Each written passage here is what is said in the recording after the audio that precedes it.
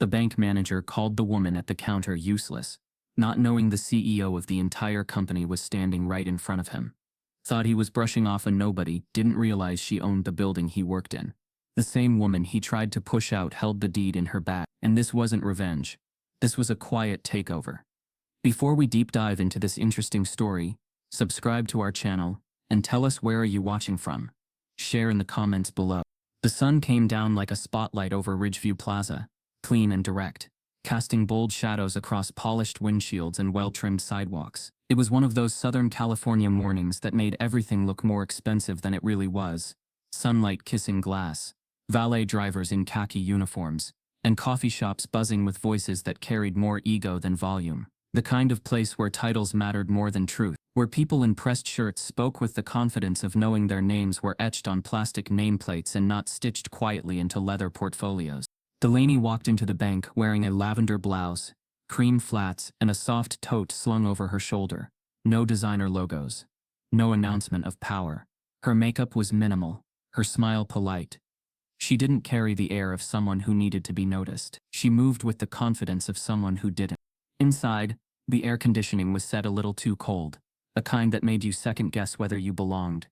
The walls were dressed in bland art prints, and the lighting hummed with that corporate fluorescence that made even joy feel bureaucratic. There was no line at the front desk, just a desk agent scrolling her phone and a manager in a navy blazer pacing behind the glass.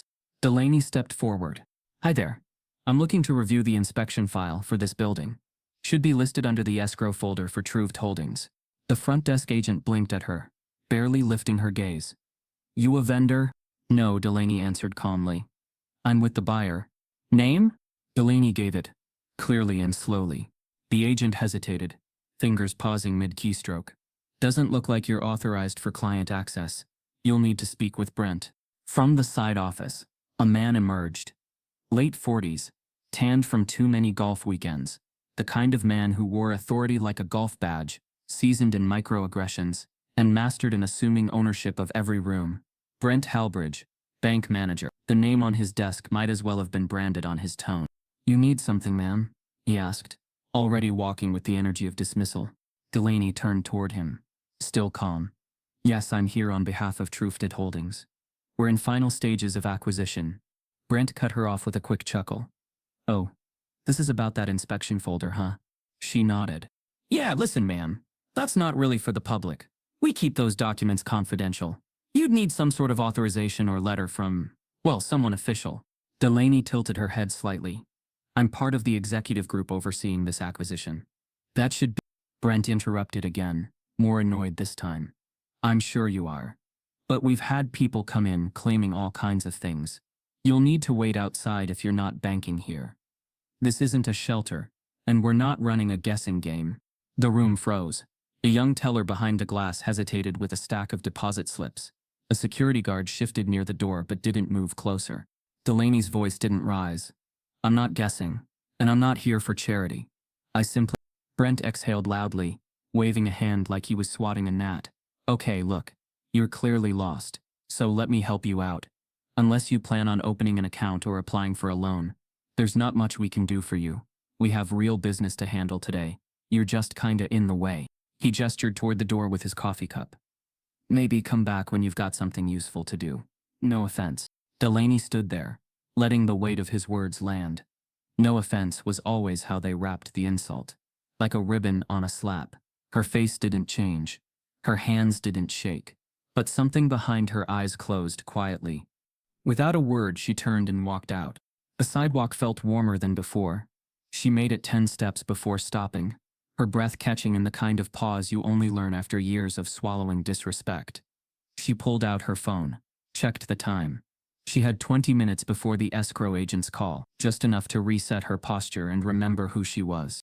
Inside, Brent sipped his coffee like he'd won something. He didn't know. Not yet. An hour later, the door opened again. This time, it was Shaquille O'Neal.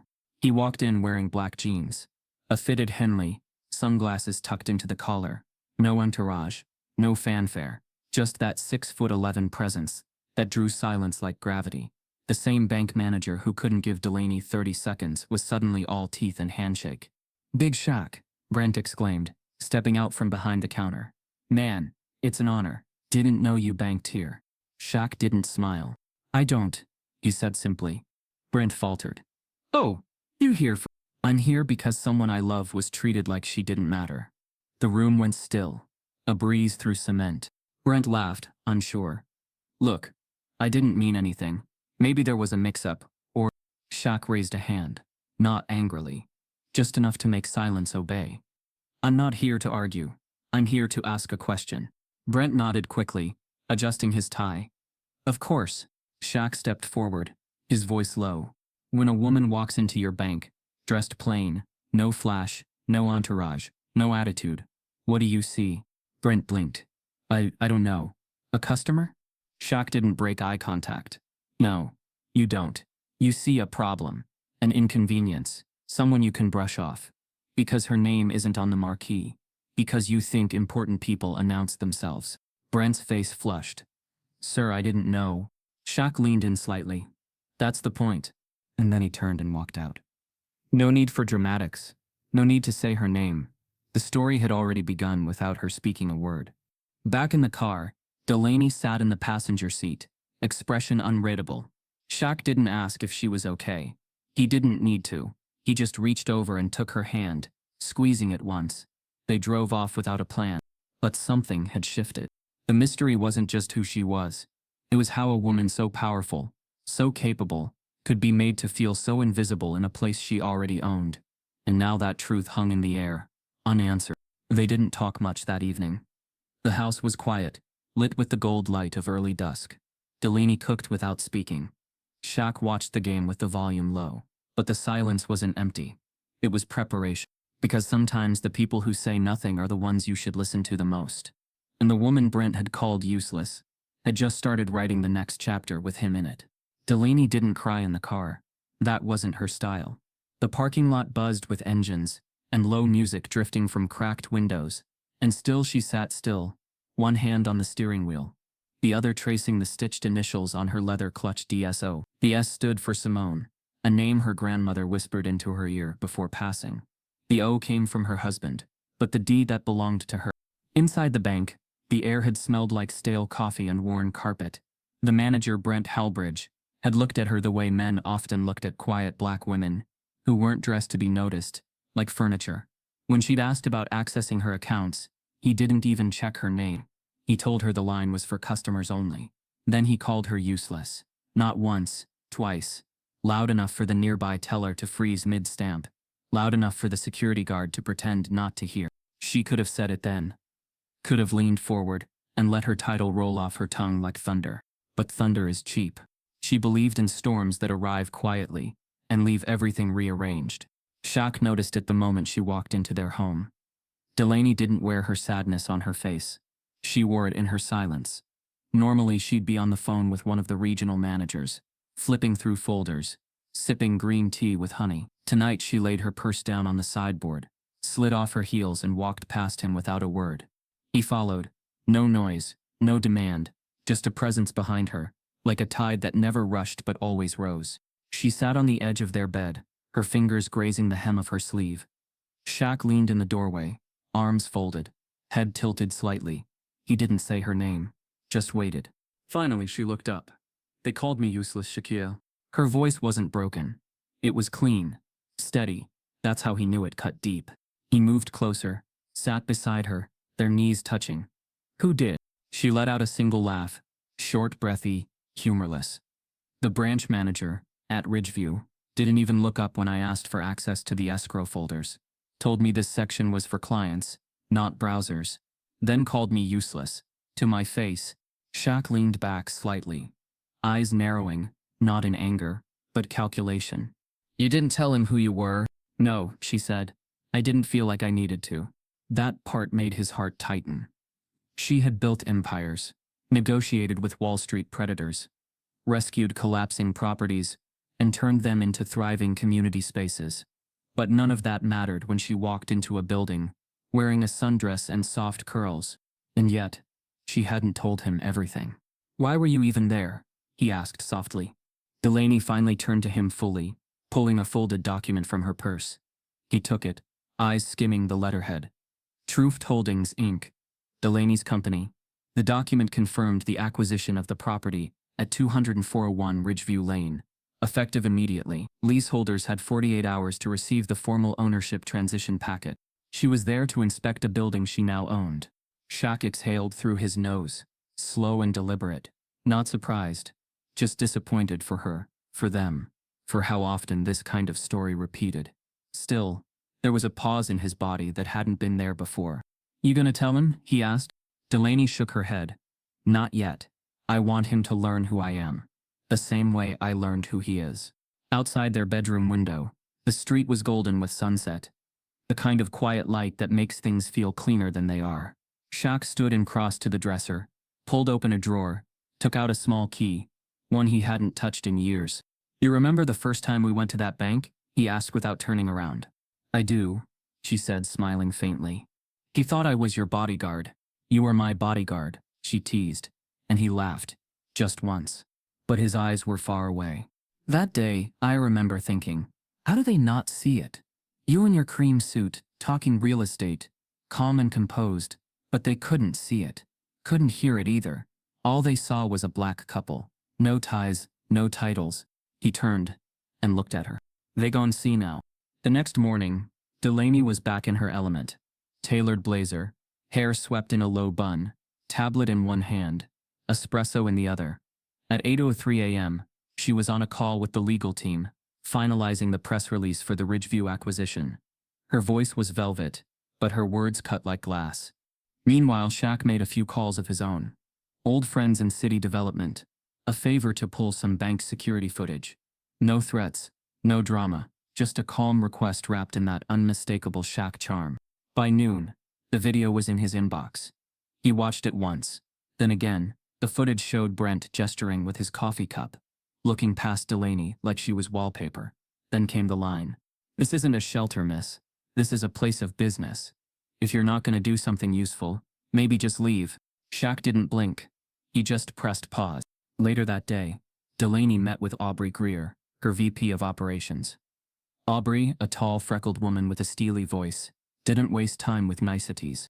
"So," Aubrey said, "we still playing this quiet?" "For now," Delaney answered. "I want him to walk right into the spotlight. On his own." "You're a better woman than me." "No," Delaney said with a small smile. "I'm just more patient." That night, over dinner, Shaq leaned across the table. "You ready for this to get big?" Delaney shrugged. "I don't need headlines. I'm not talking about press. I'm talking about impact. We've been building things for years, D. But maybe this time we tear something down." Her eyes met his, and there was something new there. Not fury, not pride, conviction. The next day, Brent Halbridge strutted into his office like a man waiting for a medal. He'd heard whispers about corporate visitors and assumed they were coming to thank him. He wore a new tie and kept checking the glass for reflections. He didn't notice when the atmosphere shifted. Didn't hear the tension in the hallway voices. Didn't see his own assistant's eyes dart nervously to the elevator. And when the doors opened, and Delaney stepped out in full form, flanked by legal counsel and corporate auditors, he still didn't know, still believed she was someone's secretary. Maybe an assistant to the real decision-maker. Until she laid the file on his desk. Until her name stared back at him from the page, bold and elegant. Delaney Simone O'Neill, Chief Executive Officer, Truth Holdings, Inc. Brent's mouth opened, closed, opened again, but no words came out. Delaney smiled gently. "Still think I'm useless?" He stumbled backward into his chair. "I believe," she continued, "you have 48 hours to pack up your office. We'll have HR escort you through the formal exit process. And yes, we'll be watching the footage this time." As she turned to leave, Brent reached out, voice shaky. "Ma'am, I didn't know. You should have said." "No," she cut him off. "You should have seen." She walked out. No thunder, just the storm. And behind the glass of her town car, she sat still again, this time not because she was wounded, but because she knew exactly what was coming next. Monday morning opened like a scene. Brent Halbridge had played out a dozen times in the mirror. He smoothed the lapels of his blazer, straightened his tie, and practiced that grin, the one that didn't reach his eyes but still worked on most people. He believed in being seen. He believed in the right handshake, the right teeth, the right words, and today, all signs pointed toward his moment. Rumor had it that corporate was sniffing around for a new regional director. His numbers looked good on paper. Customer complaints had stayed low, thanks to his ability to brush them off before they hit reports.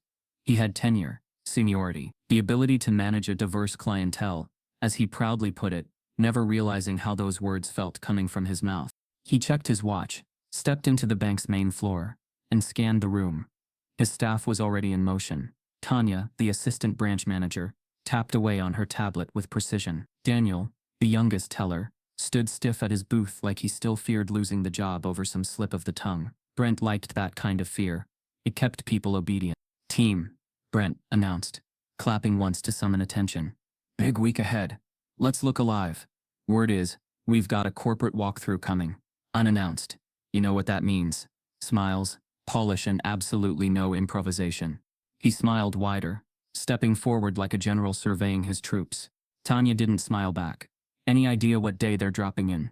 Brent shook his head. "They never say, but I'll be ready. Already sent in last month's reports. Cleaned up the community engagement numbers.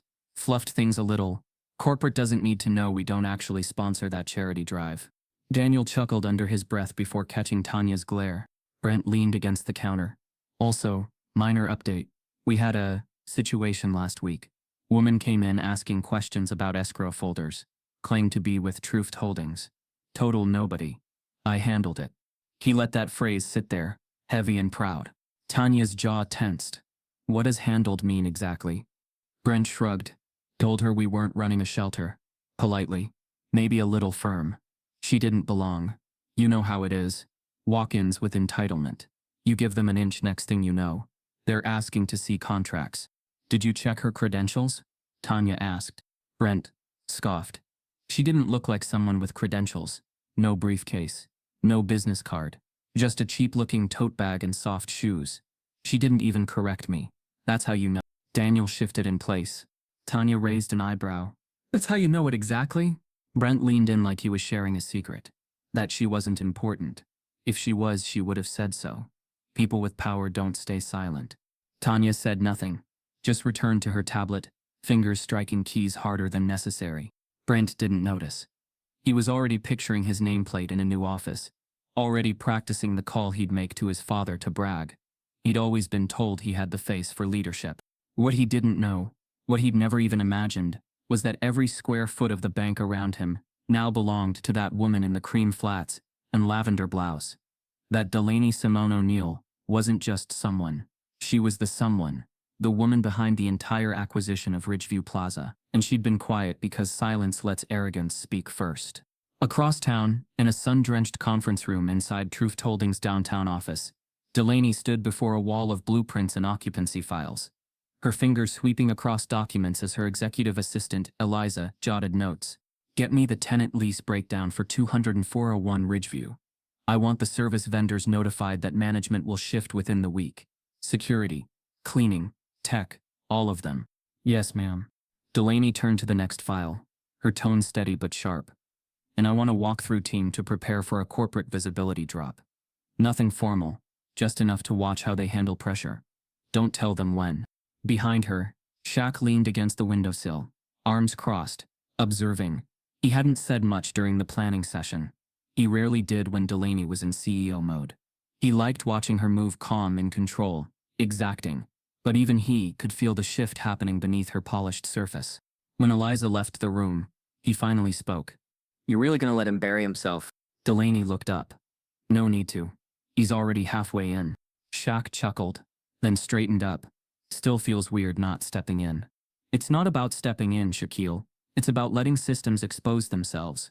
Brent's not an outlier. He's a product." Shaq studied her. "And what are you going to do when the board calls asking why we're shaking up a high-performing branch?" Delaney walked to the edge of the table, picked up a slim folder, and handed it to him. "They won't. Because by the time they see this, the numbers will speak louder than the spin." He opened it. Inside were staff surveys, whistleblower notes, and performance red flags that had never reached the higher-ups. Patterns. Patterns that mirrored Brent's behavior, dismissals of female clients, poor retention of women of color, shady write-ups on junior staff. Delaney had done her homework.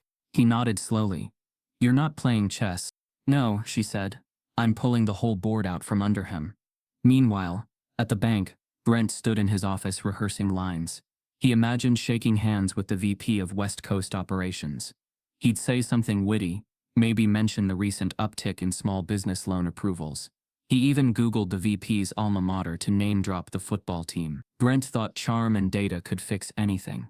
But his charm never made it to Tanya, who sat at her desk revisiting the previous week's events.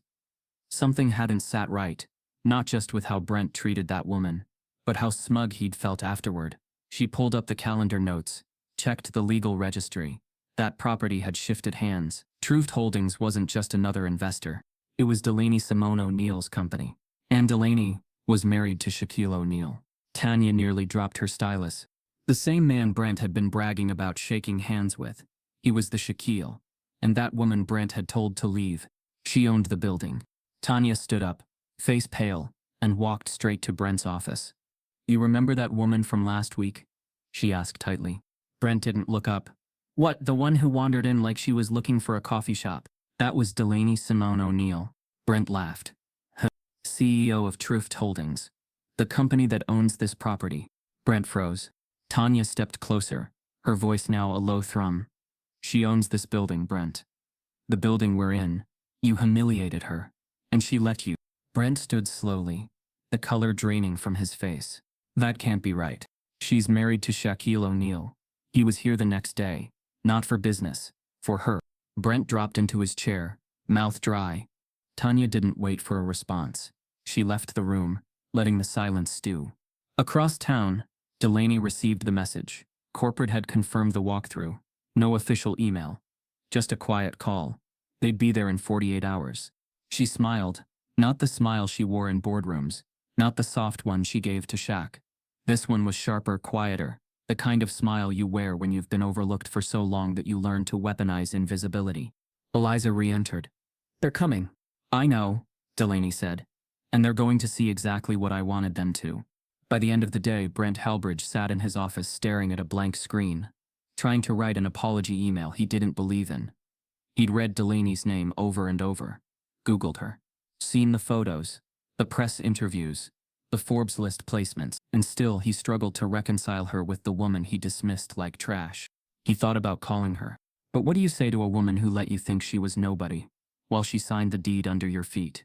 What do you say to a storm you didn't see until it was already inside your walls? Shaq stared at her. "I don't want attention. I want accountability." She nodded, taking the drive, but not pressing further. She knew when to wait. Back home, Delaney was finalizing the internal audit paperwork for Ridgeview Plaza.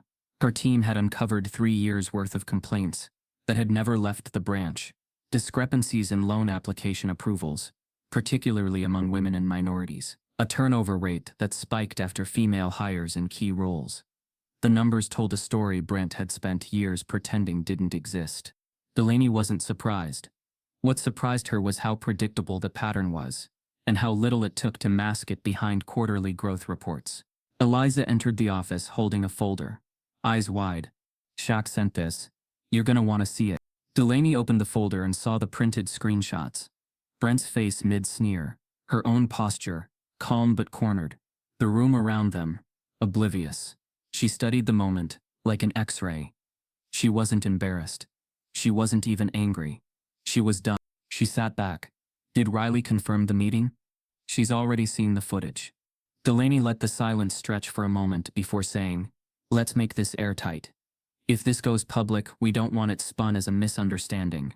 I want contracts, staff testimonials, HR memos. Anything that shows this is a pattern, not a slip." Eliza nodded and left the room. Later that evening, Delaney and Shaq sat together on the back patio, the soft hush of water from the koi pond blending with the distant sounds of traffic. It had been a long day, but neither looked tired. They looked resolved. "I talked to Riley," Shaq said. "She's gonna hold the footage for now. Wait until you give the green light." Delaney sipped her wine, eyes focused on the twilight. "He doesn't even know he's lost yet." Shaq chuckled. "That's what makes it satisfying. I don't need him fired," she said. "I need the system that protects people like him to feel a crack." Shaq leaned in. "Then we give them one they can't seal." The next morning, Shaq sent a formal request to the regional HR director for an internal meeting. No details, Just a heads up that something significant had occurred at the Ridgeview branch involving employee conduct, discrimination, and ethical breaches. Within hours, the reply came, urgent, curious, and eager to investigate. After the surprise corporate visit already planned for the next day. Perfect timing. Meanwhile, Brent Halbridge prepared like a man on the verge of a promotion. He'd ordered new lobby signage, coached the team on customer greetings, even set out mini snack trays for the regional leaders. He checked his reflection twice every hour, polishing his charm, rehearsing his lines. He still didn't know. He still thought power wore suits and gave long-winded speeches. He still thought silence meant submission. He still thought the building belonged to someone he'd never have to answer to. The next morning, at exactly 8:58 a.m., a black car pulled up to Ridgeview Plaza. Delaney stepped out first. Behind her, Shaq adjusted his cuffs. Neither said a word. Inside the building, the staff turned, and Brent Halbridge, mid-sentence, mid-laugh, froze. Recognition dawned across his face like a slow, suffocating cloud. And still neither of them spoke. Because some storms don't need thunder to change the sky. The morning began with the scent of fresh polish, and the kind of artificial calm Brent Halbridge liked to wear, like cologne. He'd arrived an hour early, checked the lobby twice, and arranged a plate of croissants, like he was hosting royalty. The air conditioning was turned down just enough to keep staff alert, the lighting adjusted to bright but not harsh, and he made sure his navy suit matched the color of the custom folder he planned to hand off to the regional executives. His office mirror reflected a confident man, hair neatly combed, tie just bold enough to say leader, and his fake humility rehearsed to the syllable. "Good morning, team," he said, sweeping into the main floor like a politician. "This is what we've trained for." No one was training, of course. It wasn't a fire drill or a national summit. But in Brent's mind, today's corporate walkthrough was his Super Bowl. Word had come down that regional and asset division leadership would be dropping in. Possibly even someone from Truft Holdings, the company rumored to have a controlling interest in Ridgeview Plaza's real estate operations. This was his chance to shine. "Make eye contact. Be friendly. Do not overshare," he advised, as he handed Tanya a checklist she didn't ask for. "Today we don't show stress, we show strength." Tanya took the list without responding. She didn't need to say much anymore. The pieces had already started shifting beneath Brent's feet, and no spreadsheet would steady the ground. At 9:17 a.m., the car pulled up. Brent didn't see it at first. He was in his office, flipping through his speech notes, and glancing between a mock-up of the bank's growth charts and the mirror across from his desk. But when he finally stepped out and looked through the glass doors, he saw two figures exit the black vehicle, one tall, unmistakable in stature, even without the spotlight, the other calm, composed, carrying a leather case at her side. Delaney, Shaquille, walking side by side like an exhale wrapped in tension. Brent blinked twice. His brain refused to compute the image at first. He remembered her, of course. How could he forget? The woman he'd casually insulted, dismissed, waved off like a mosquito. But why was she back? And why with him? He straightened his jacket, smoothed his hair again, and stepped out into the lobby, forcing his face into something like charm. "Mr. O'Neill," he said, his voice too loud for the room. "What an honor. Didn't know we'd be getting another visit." Shaq didn't shake his hand. Instead, Delaney stepped forward. "Brent," she said, her tone polite but stainless. "We're not here for a visit." Before he could respond, the glass doors opened again. A small group entered. 3 executives, each dressed in discreet power. One woman, tall, gray-streaked, introduced herself simply as Regina Sloan, Director of Corporate Property Transitions. Her presence filled the room, without needing announcement. Brent cleared his throat and tried again. "We weren't expecting, well, not all of you. I didn't know the walkthrough was scheduled for today. If I had known..." "Exactly," Regina interrupted. "That's why it's called a surprise." Brent laughed awkwardly. "Right. Of course." The entire staff had gone quiet. Tanya moved to the corner of the floor, arms crossed. Daniel stopped mid-deposit entry. The security guard stood unusually still, eyes darting between Brent and Delaney, like a spectator at a slow-moving train collision. "Shall we move to your office?" Regina asked Brent. "Absolutely," Brent said, gesturing with one hand, even though he was now visibly sweating beneath his collar. They walked in. Delaney followed, placing her case gently on the table beside Brent's monitor. Brent hovered near the doorway, trying to reclaim control of the space. So, he began, let me just say I'm proud of what we've done here. We've kept complaints minimal, boosted community engagement. Our numbers are solid. I have reports on all of that. Happy to walk you through it. He reached for the folder. No need, Regina said. He stopped. She looked at Delaney. Would you like to begin? Delaney opened her case and withdrew a single envelope, the kind sealed not with glue but with confidence. I'd like to start with the updated lease rights, she said. This document finalizes the transfer of controlling property interest for 200 401 Ridgeview Lane, including the subleased interior spaces, like this branch. Brent's face twitched. Delaney laid the document flat on his desk. It bore her company's letterhead. Truft Holdings, Inc., signed by Delaney Simone O'Neill, Chief Executive Officer. Brent didn't speak. His lips parted, but no sound came. He scanned the page, hoping to find something. Anything that made this a misunderstanding. There must be some error. He stammered. This building is owned by Truft Holdings, Delaney said gently, which means as of 48 hours ago, this branch operates at our discretion. Shaq stood near the door, arms folded. He hadn't said a word. He didn't need to. His presence made the room feel smaller, tighter, like a lens focused in on a truth. Brent could no longer outrun. Brent stumbled toward a chair, lowering himself like gravity had tripled. I didn't know, he whispered. That's clear, Regina replied. Delaney didn't flinch. Your ignorance isn't the issue. Your conduct is. Brent looked to her now, eyes wide with sudden desperation. I didn't mean to offend. I didn't know who you were. You thought I wasn't important, she said, voice even. Because I didn't walk in here broadcasting my name. Because I wasn't wearing a suit. Because my skin didn't match your assumption. She turned toward the executives. I've reviewed this branch's internal reports. The inconsistencies in employee treatment.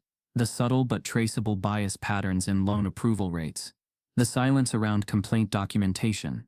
We've already begun interviews with staff. The patterns are too consistent to ignore. Regina nodded. We've seen the same, and Miss O'Neill has full authority over restructuring this site, including personnel recommendations. Brent jolted upright. Wait, are you saying? Regina's gaze leveled at him. We're saying your role is under formal review. Effective immediately. He looked to Shaq now, like a last chance.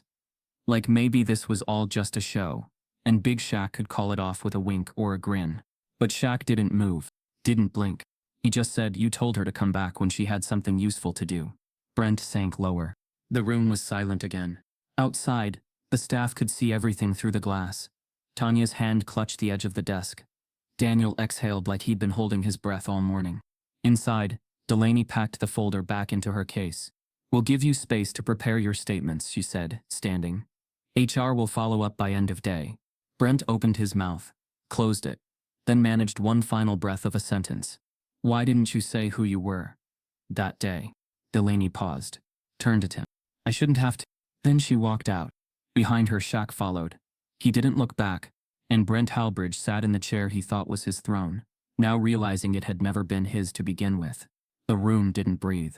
Lucille took a breath, and then she said what she came to say. You walked into this bank and they called you useless, but you bought the roof they stood under. You didn't raise your voice. You raised the standard. Delaney's eyes welled, but she didn't cry. Lucille stepped forward, embraced her. The applause began slowly. Daniel first, unsure. Then Tanya. Then the others. Small, respectful, but real. Brent stood off to the side. Colorless. Small.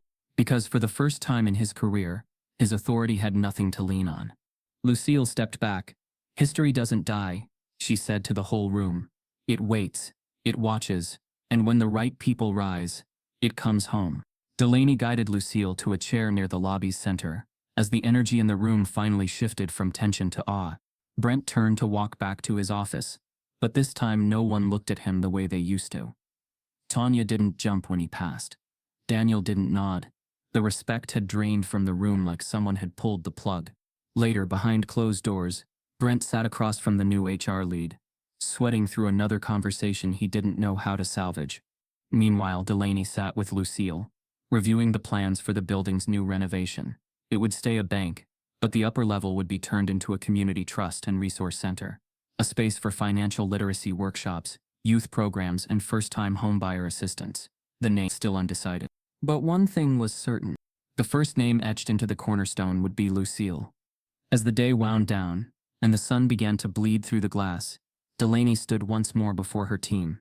"This isn't about revenge," she said. "It's about return. A return to dignity, to justice, to memory. We're not here to punish one man.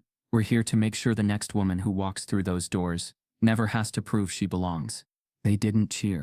They stood, and that meant more.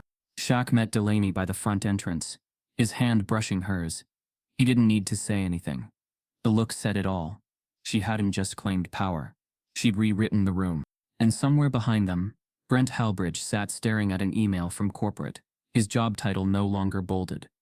Because the woman he called useless had just reminded the entire building who history really belongs to. Brent Halbridge thought he still had one card left. Sitting in his condo that overlooked the city he believed he helped shape, Brent tapped the edge of his phone against his glass coffee table.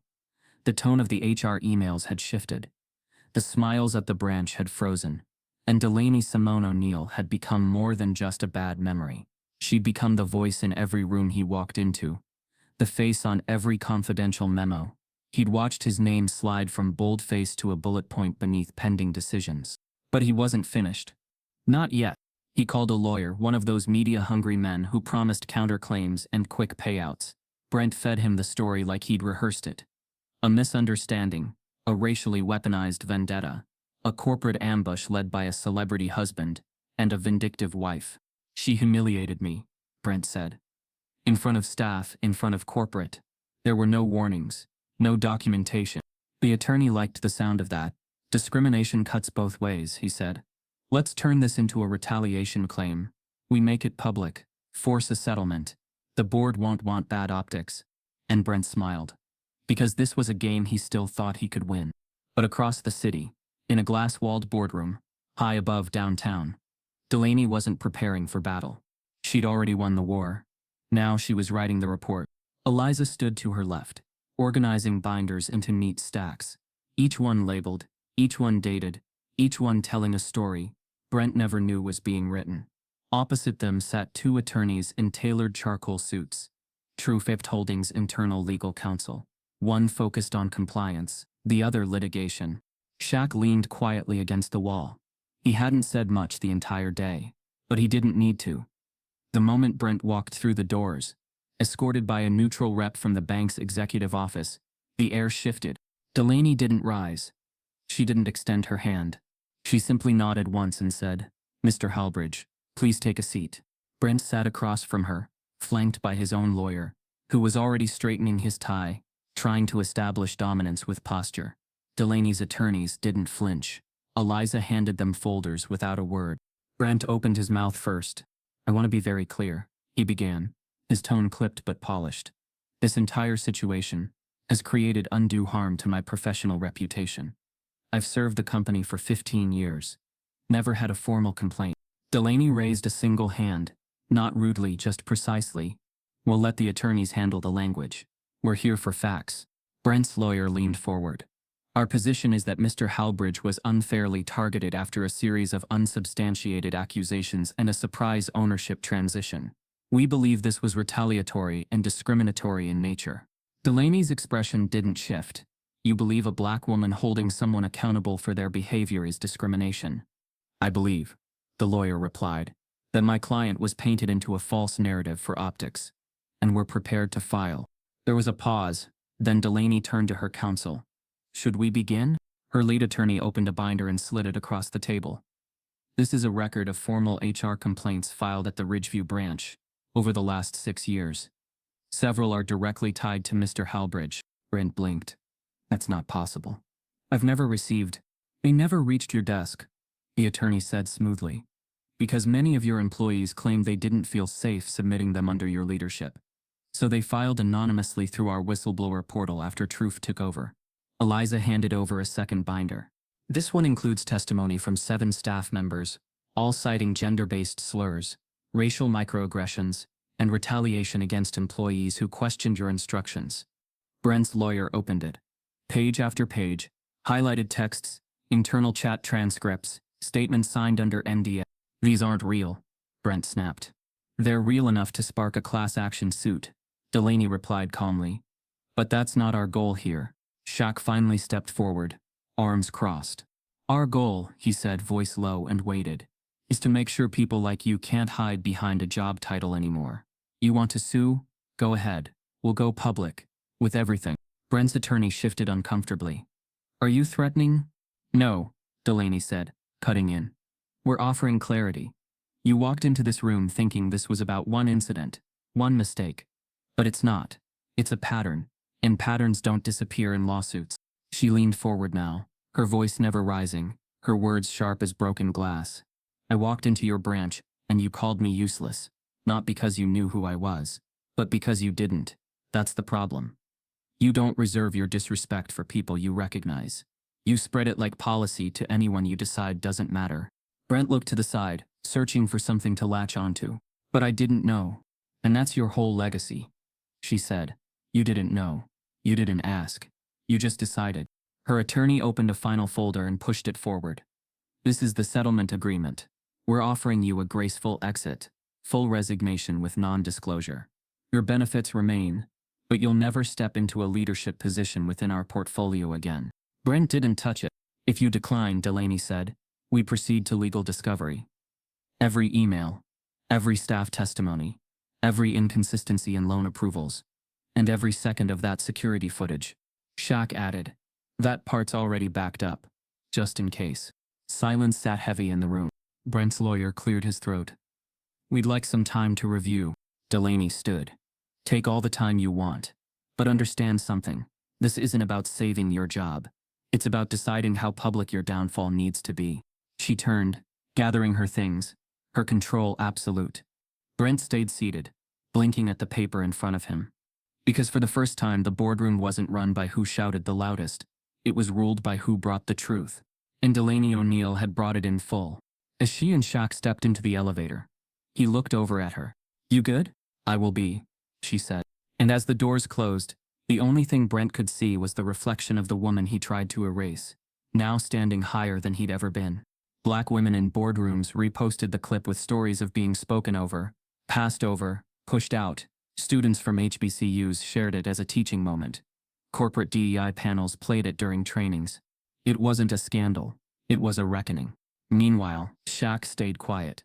He wasn't doing press tours, no podcast circuits, no reactive tweets. He let the story be hers, but people noticed. The man known for his dominance on the court was now being applauded for something different. His restraint, his loyalty, his presence. One tweet read, Shaq didn't save her. He stood beside her while she saved herself. That's partnership. It went viral too. The firestorm Brent had feared now burned through his career like gasoline over dry grass. He'd already been on leave, pending HR investigations. But when the video dropped, his fate became public. The bank's corporate page released a statement. Effective immediately, Brent Halbridge is no longer affiliated with Ridgeview Financial Services. We do not condone discrimination of any kind. We will do better. The comments under the post told a different story. You let it happen for years. She owned the building. You owned the embarrassment. Do better now, not just when you're caught. Delaney didn't respond. She didn't post or clap back. She continued working, setting up hiring pipelines for underserved professionals, expanding the mentorship initiative she had already piloted before this even happened. She declined interviews. She didn't accept the flurry of speaking offers. When one network reached out for an exclusive primetime sit-down, she sent back a simple line, I've already said what I needed to. The rest is just noise. Shaq watched her with pride. They'd been through plenty. Contracts, celebrity, politics, grief. But this moment felt different. Bigger than them. He saw her stand at the center of a movement she never asked to lead, wearing it with the same calm she wore her Sunday dresses. One night, after the frenzy had peaked, they sat on the back patio with a bottle of wine and the city humming below them. The lights blinked like a silent crowd. You regret any of it? Shaq asked. Delaney leaned back in her chair, toes tucked under her, eyes scanning the skyline. No, she said. Not the silence, not the exposure. Maybe just the time it took to get here. He nodded, pouring another glass. Sometimes it takes a storm to break the dam. She looked at him, half smiling. And sometimes the dam needed breaking a long time ago. A week passed. Then 10 days. The media flurry faded, as it always does. Another scandal. Another news cycle. But the impact remained. Applications to Truft Holdings doubled. Young women, especially black women, listed Delaney in their scholarship essays. A law firm launched a pro bono fund in her name. The phrase "don't underestimate quiet power" trended for 2 days. But beneath the surface, Brent wasn't done. A local columnist reported that he was in talks with a conservative podcast network, hinting at his side of the story. Whispers of a book deal. A redemptive arc. Delaney didn't react, but her legal team prepared a defamation brief, just in case. Meanwhile, Brent's former staff had begun rebuilding. Tanya was promoted to interim branch manager. Daniel started a mentorship circle. The bank for once felt human, and still, Delaney stayed out of the spotlight, until a package arrived. It was small. No return address. Inside, a crumpled loan application from 1982. The name in the top left corner nearly made her drop it. Lucille O'Neill. Scrawled in red pen, denied, insufficient assets. Below that, in a different hand, she'll never make it past year 1. Delaney didn't cry. She walked it into Shaq's office, laid it gently on his desk. He looked down, his breath stilled. "Where'd this come from?" he asked. "No idea," she said. "But whoever sent it, they knew we needed to see it now." Shaq stared at the faded ink. They were wrong. Delaney nodded. So were a lot of them. And just like that, a new plan took shape. Not about Brent. Not about retribution. But about rewriting the legacy they'd inherited, and the doors they were now strong enough to open. The final chapter hadn't been written, but it was coming. And this time they weren't waiting for permission to tell it. 3 weeks later, Ridgeview Plaza's bank branch reopened. Quietly. No ribbon-cutting ceremony. No press. No banners. Just a new nameplate screwed into the wall beside the door. Truth Trust Center. Ridgeview Branch. People noticed, of course. Locals who walked past it every morning slowed their steps. The security guard, now wearing a new uniform embroidered with the Truft logo, nodded with renewed posture. Inside, the lobby had changed. Not in grand gestures, no marble floors or massive renovations, but in detail. Freshly painted walls in warmer hues. A digital kiosk that allowed customers to submit anonymous feedback. A community board with free financial literacy workshops and job resource flyers. Delaney stood near the front counter, hands clasped loosely at her waist. This time she didn't walk in, as a stranger. She walked in, as the builder. Tanya had stepped down, not out of disapproval but purpose. "This isn't mine to run," she'd said, "but I know who it should be." And that's how Lennox Pierce was hired. Late 20s, sharp and observant. She had been a junior loan analyst 3 years ago, passed over for a promotion by Brent twice, once after he called her a little green. But she'd stayed, learned, watched, and now she wore a sleek navy blazer, a gold pin on her lapel, and a look in her eyes like someone who knew what it meant to rise through dust. Delaney met her in the middle of the lobby. "You nervous?" she asked. Lennox nodded. "Honestly, a little." "That's good," Delaney said. "Means you care." "I don't want to disappoint you." Delaney's smile was warm but solid. "You won't. Just lead how you wish someone had led you." Behind them, a few curious customers walked in. Lennox turned to greet them, her voice easy, confident. Delaney stepped aside, watching, not as a supervisor, but as a gardener watching something finally bloom. Later that afternoon, as the sun carved gold stripes across the floor, Delaney walked alone through the offices. She paused by the same desk where Brent once smirked, the same corner where she'd once stood silent and invisible. It no longer held the memory of humiliation. Now it felt like a blueprint, a testimony in drywall. She turned the corner and stopped. Brent was standing by the glass exit, half shaded by the doorframe, holding a manila envelope. He wasn't wearing a suit. His blazer was wrinkled, his collar unbuttoned. His eyes carried the look of someone who'd rehearsed this moment for days, but still didn't know how to play it. Delaney said nothing. He took a cautious step forward. "I heard you reopened. Figured you might be here." Another step. Envelope still in his hands. "I'm not here to start anything. I'm not even here to ask for anything." Delaney raised an eyebrow but stayed quiet. I wanted to say I was wrong. About you. About all of it. I thought I was doing my job. But I see now it was never about that. I was playing a part that didn't need to exist anymore." He held out the envelope. This is everything I wrote up when I was trying to sue. I withdrew it. Don't want any of it in the world. Thought you should have it. Delaney took the envelope. Didn't open it. Brent shifted his weight. You don't have to say anything. She looked at him then, not with rage, not with pity, but something quieter, cleaner. I won't, she said. He nodded, understanding more in that moment than he had in his entire tenure. As he turned to leave, Delaney added, but I hope someday when you walk into a room, you remember what it felt like to be the least powerful one in it. Brent stopped, said nothing, then left. Delaney didn't watch him go. The next day, she met with her design team to finalize a surprise for the grand reopening. Something that wasn't for customers or investors or even media. It was for themselves. The hallway between the offices and the customer area had always been dull. Just white walls, no windows. Now it would feature a single installation, a brushed steel plaque, mounted chest-high on reclaimed wood, surrounded by portraits of Black entrepreneurs, past and present, engraved into the steel. Power doesn't raise its voice, it raises the room. DSO.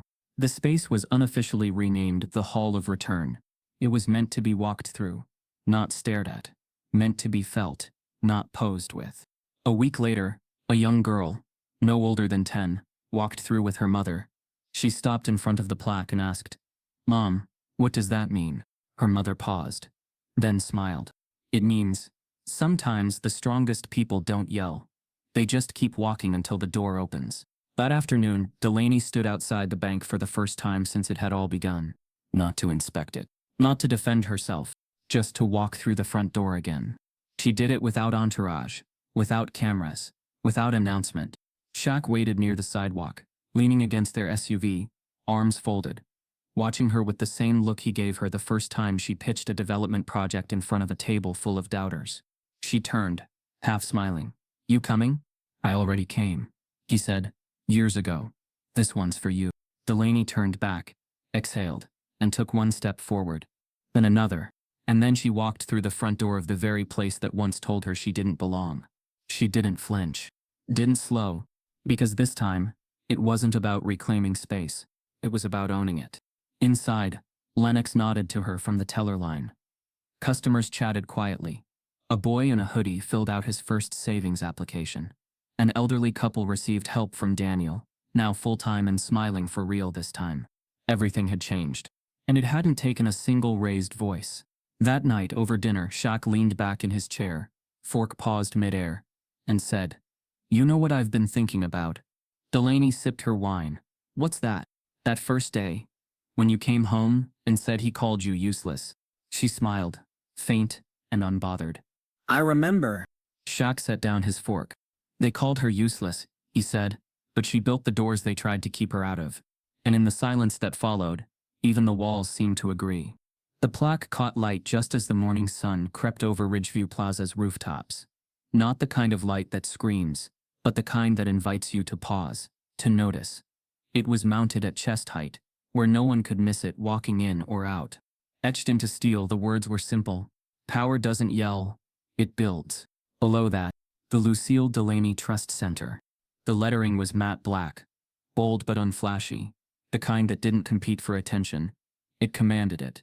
Visitors stopped, touched the corners, whispered to one another like it was a museum wall. Not because they recognized the names, but because something in the silence of that quote made noise. Inside, the bank was unrecognizable from the place it had once been. Not because of marble countertops or fancy lighting. Those things hadn't changed. The change lived in the energy. In how the staff stood, how the chairs were arranged in circles, instead of lines, in the whiteboard mounted beside the customer window that read, Financial Literacy Clinic today. Free. All welcome.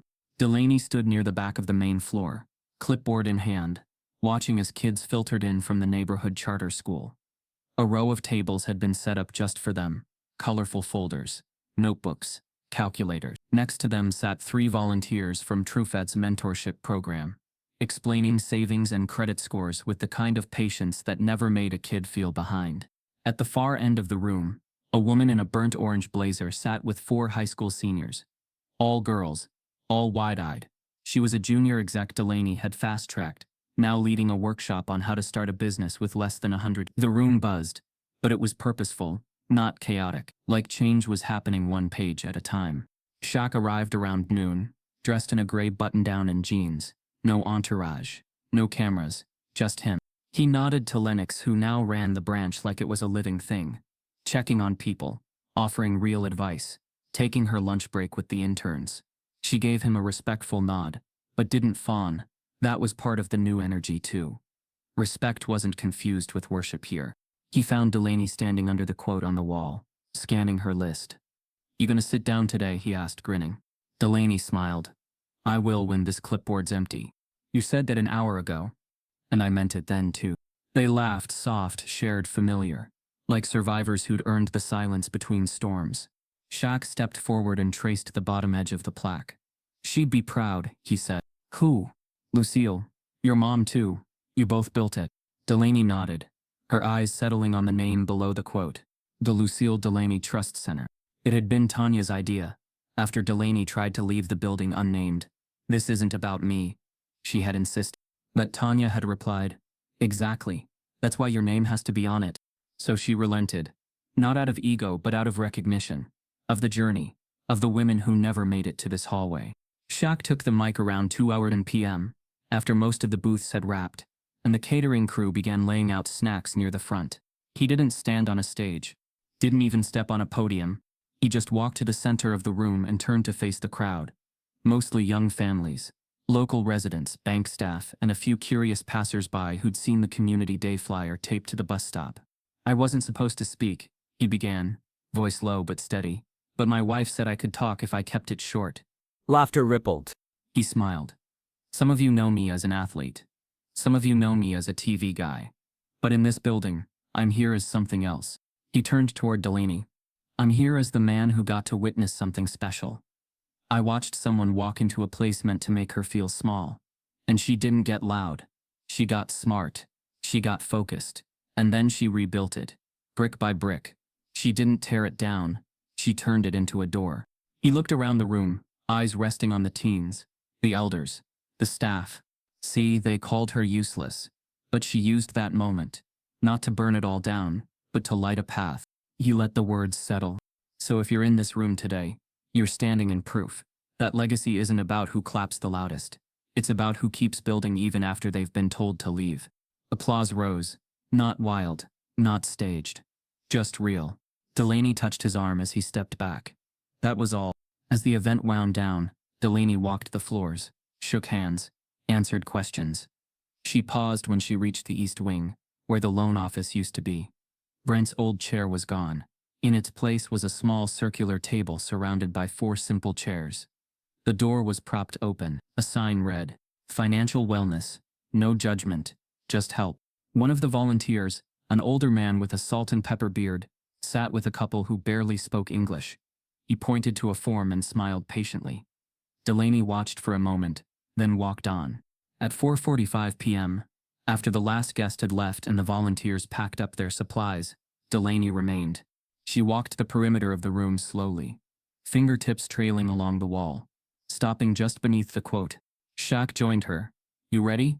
She looked at the door. The same one Brent had gestured toward when he'd told her to leave.